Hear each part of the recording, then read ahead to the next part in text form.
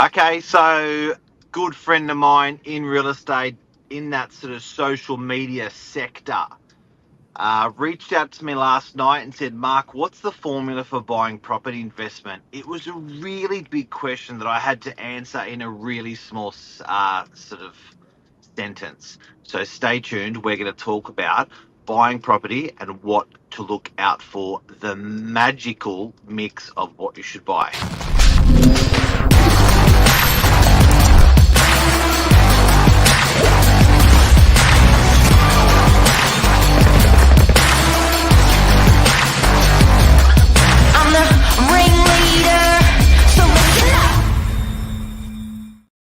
The magic mix. It's like a potion. How am I going to answer this in 5 minutes, Billy? How are we going to do this? Yeah, good luck putting this into a text message. I would have just said, tune in tomorrow. You'll get all the secrets.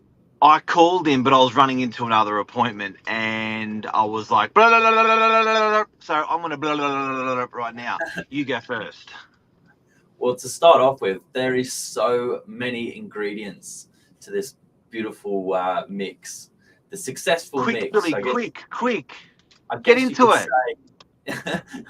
I guess you could say that you can start with location, price. I've even had people say to me, Mark, I don't buy one bedrooms.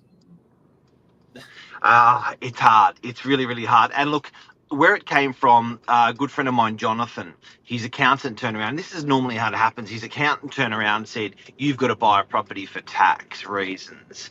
So he's like, cool, what do I buy? He's like, I think you can buy in your super. He's like, cool, what do I do? So he's like, you've got to go talk to a financial advisor.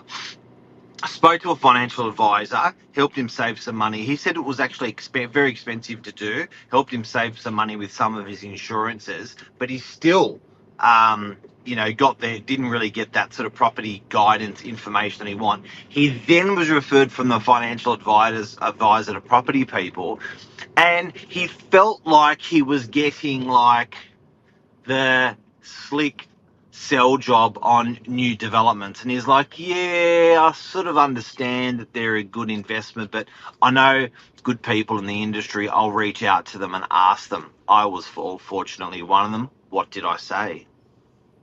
Well, before you gave him your wise words, the feeling he got was being handed around a little bit. Probably, where if something came to fruition, he purchased, there might be a bit of a referral fee there. And I don't think that's a nice feeling. And I think you summed it up really well off air. The advice that you take from any professional, not just in real estate, is it the same practice they do? Do they practice what they preach? I think that's what you got to look at. And look, I sort of get it because, if I'm a stockbroker and I'm presented with a person that says, I don't know whether I should buy a property or I don't know whether I should buy stocks. Like, I'm a stockbroker and I'm going to go, these are the stocks I've bought that I think are great. This is what you should do. Property, no. So it's sort of like, I get that even works with property that, you may be getting, it's a bit different with us because we get pretty much the same commission across the board. But with new developments and new areas in Sydney, sometimes the developer will pay a 5% commission or a 3% commission between Parramatta and Chatswood, and you will go, well, you should really buy Parramatta. And like, you're getting 5% off a Parramatta commission and a 3% off a Chatswood commission, but is that in the best interest of the clients? That's what I'm talking about. How do you watch out for that? And what is the proper true combination of what to look for?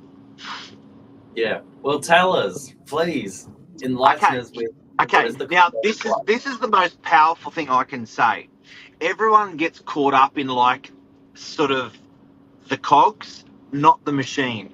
And what I have to say is, when I was talking to my mate, I said, look, let's talk about yield. Yield is rent, right? Good yield, bad yield. I said, well, if your yield's going to be sort of 4, 5, 6%, whatever that's going to be, that's great. But I said, you've got to also consider capital growth, because capital growth is probably going to double in a proper where it should be doing well. Capital growth should double every 10 years. So let's pull that apart. 4 or 5% for your rent every year. Yeah. Doubling in 10 years is probably 8% compounded. So I said, you're talking about 13 to 15% per year is going to be what a good property will surface. 1/3 of that is going to be your rent. 2/3 of that is going to be your capital growth. So I said, capital growth is twice as important in your consideration than rent. And he went, Yeah. Compared to someone who just focuses on the cash flow, which obviously is equally important, but if there's no capital growth there, you're only relying on the rental income. And as that property or investment ages, is it going to keep up with the same return? Is there going to be any future growth in the market? So I think that's where people's consideration to new and upcoming suburbs gets revised and looked at, because if there's going to be an influx of stock, there's no real price protection there. That's not okay. Sort of basic economics of it. That's a really good point. Influx of stock. So that was the next page I turned. So this is all within a couple of minutes. It was elevator conversation, and I was like, let's talk about influx of stock. Let's talk about supply and demand. So what do you mean? I said, well, I'd love you to buy in an old established suburb that's very sought after. So what do you mean? I said, well, to give you an idea, and Mike is a Melbourne guy, Jono, and I said, to give you an idea of what I'm talking about, Northern Beaches, eastern suburbs, North Shore, we don't really have new stock. Good example. Bad example, I said Mascot and that sort of that area through there. Within a 12-year period, they went from 2,000 units, 4,000 units, 8,000 units, 16,000 units, 32,000 units total. Yeah. What does that do to your rent? And what does that do to your property value? Well, it doesn't mean there's no growth. It just, the supply is constantly meeting demand. So as people move into the area, they can build more. So it doesn't foster the same capital growth as suburbs and properties that have a limited supply. Well, allow me to give you an example. DY in 60 years sat on 8,500 units, which then moved to, over a 60-year period, 9,600 units. It didn't even change 10% over 60 years. That's a good example of an area that's not pumping in a lot of supply into its core market there. So there's your capital growth, there's your yield. Where do you buy? Try to balance those things that we're talking about today. And if you can buy wholesale, and what I mean is, if there's less people in the loop, accountant getting a lick, financial advisor getting a lick, real estate agent getting a lick, broker getting a lick, another real estate agent, buyer's agent, right? So often, if you can sort of shorten that, go direct, and you can be going to open houses and saying, look, this is a good investment. And also, I think just, talking to people in the know, they're always going to help you. You'll be shocked. The agents that you're meeting on the street, you just, have a good old-fashioned open chat with them. Yeah. What's the formula? Before we go, what's the formula, Billy? Can you read it? I'll take it off the message. Huh? Here was the formula that we got asked last night. Purchase plus costs minus rent equals return. What does the final figure need to be?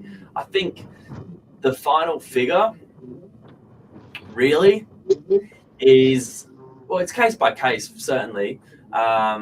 It's case Don't by say case. it depends. I hate when you ask someone a question, they go, yeah, it depends. You're like, oh, it's all relative. We love that one as well. What's the formula? I am a believer that it's costs, it's maintenance, it's everything packaged up into one, minus the rent. Quite often that can be a negative number. You might be negatively geared, but the capital growth plays trump card in this formula. So, where I think, believe it or not, and no one really talks about this, trust is unbelievably important. To have that, this is probably the biggest investment aside from your home that you're going to make in your life. So there's an enormous amount of trust involved in that. So I think the formula requires trust. I think the formula requires low stock for rental purposes and for resale capital growth purposes. I think the formula requires familiarity to make you comfortable. And not a lot of people say that, but I think when you know 10,000 things about a suburb, that breeds familiarity. So trust, low stock in that area, familiarity to help you sleep at night. That's brilliant. I reckon that's it. That's it. What do you think, Billy? What's your magic combo formula? Yeah, similar. What I always get asked from investors is, why would I buy a property that loses money each week, negatively geared? Yeah. You know, that would be the biggest sort of hurdle they've got to step over in their head. Can I answer that? Go. You're investing in a capital growth area rather than a high rental yield area. And back to what I said at the beginning, capital growth is 2 times more than your rent. So you're investing in the hope of capital growth, and generally there's a certainty there. You can see suburbs trend over 50 years. So that's why. And you're losing money for a short period because it catches up. And you're making money with capital growth that you can't spend until you sell it. Probably a good discipline. Yeah, it's great discipline. In addition to that, you're enjoying the growth on the full amount of the property worth, not just the portion you put in to begin with. So it's quite different. That's right. Quite different to a transaction with shares. $10,000 in, $10,000 out, plus your growth. With the property, it's $10,000 in, plus the bank's $50,000 if you're using a 5x calculator, and then enjoying the growth on the full amount. Spot on. So there you go. It's funny people want to buy within 20 kilometres of where they live or grow up. Again, that third pillar, what I spoke about, familiarity, that's exactly right. You're making one of the biggest investments, or the biggest investment in your life.